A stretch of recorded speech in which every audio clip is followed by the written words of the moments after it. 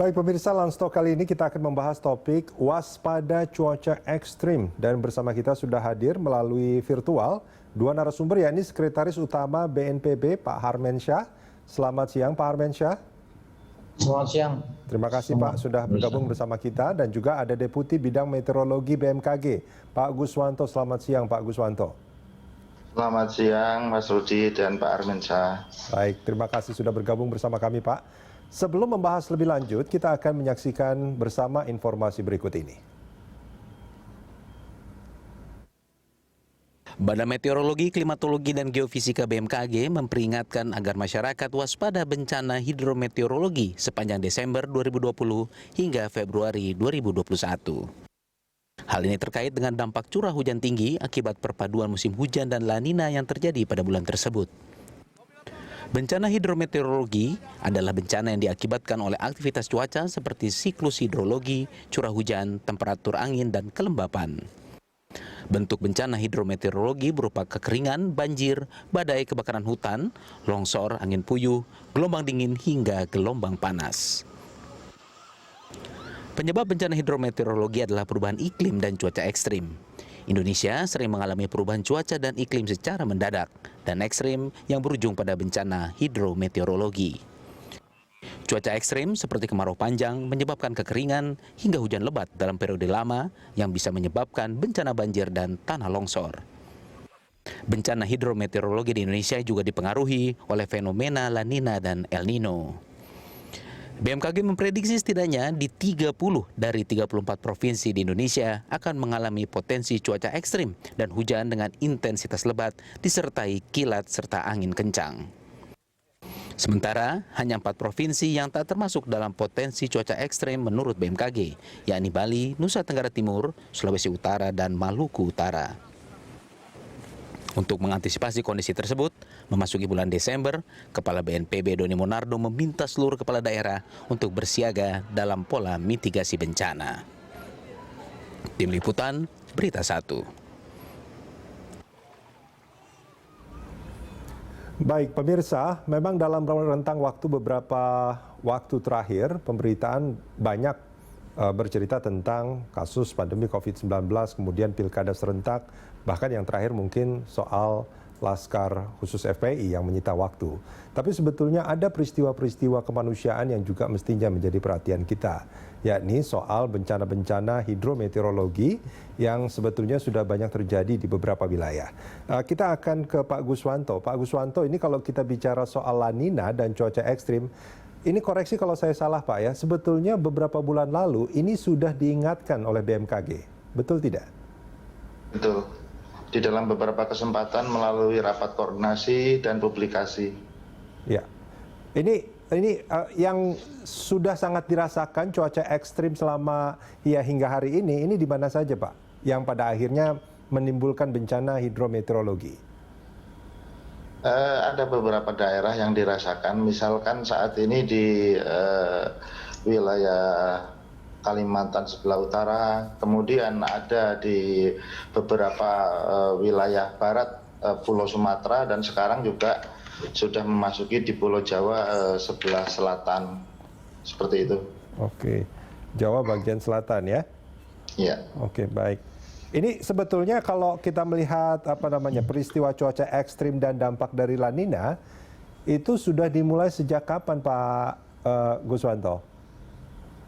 Sebenarnya peristiwa tentang La Nina ini kan lawannya daripada El Nino. El Nino, ya. El Nino itu dia nanti hangat ya, kalau periode kekeringan dan sebagainya. Kalau La Nina ini adalah dia bersifat basah, artinya dia menambah curah hujan. Dan ini sudah periode dari 10 tahun dan beberapa tahun yang belakangan, artinya dia mempunyai siklus yang berperiode mulai dari siklusnya tadinya 7 tahun, kemudian 5 tahun, dan sekarang seperti siklusnya 3 tahunan. Oke, semakin pendek ya Pak ya?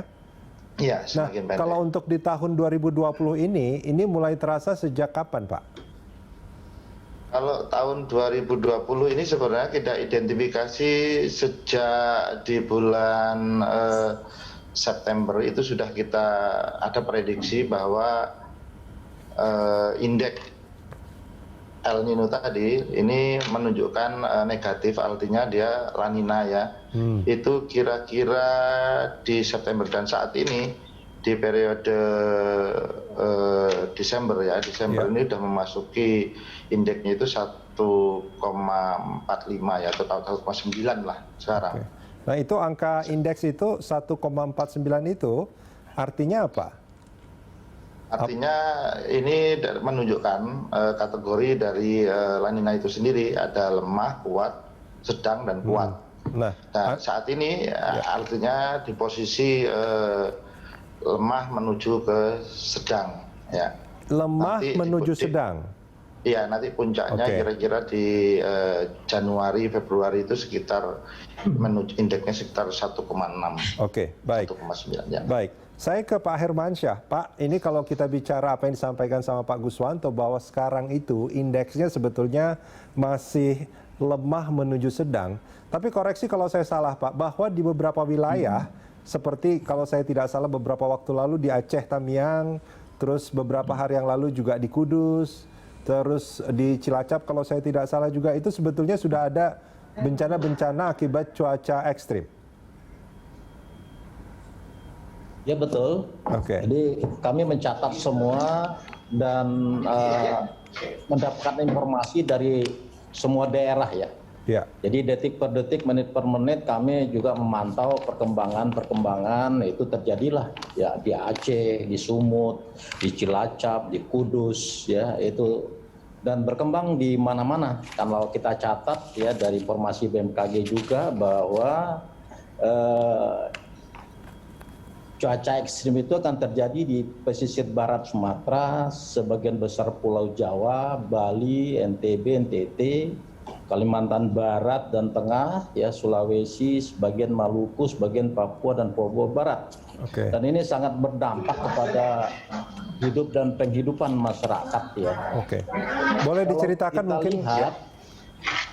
Halo. Ya, silakan Pak, boleh diceritakan mungkin dampaknya itu seperti apa? Sekarang dampaknya itu luar biasa lah. Ya, kehilangan jiwa, harta benda, juga mengancam sektor-sektor perekonomian seperti pertanian, perhubungan.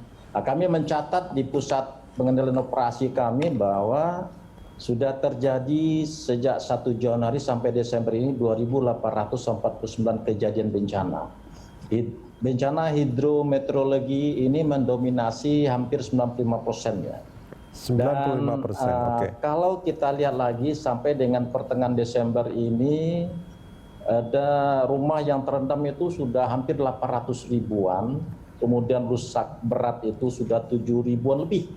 Kemudian rusak ringan hampir 4.000, kemudian juga rusak ringannya.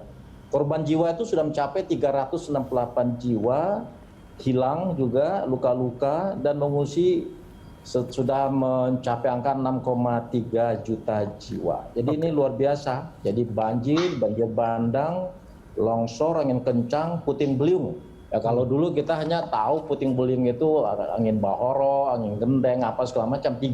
Sekarang di mana-mana angin puting beliung ya Pak Guswanto ya. Ya betul Pak Hermansyah. Sekarang dan dulu kecil sekarang sudah menjadi besar. Iya. Saya tidak bisa membayangkan itu akan seperti di Amerika jadi tornado segala macam. Itu karena perubahan iklim yang luar biasa. Nah, sekarang yang harus kita lakukan adalah bagaimana meningkatkan upaya kesiapsiagaan pencegahan untuk antisipasi curah hujan yang tinggi ini ya.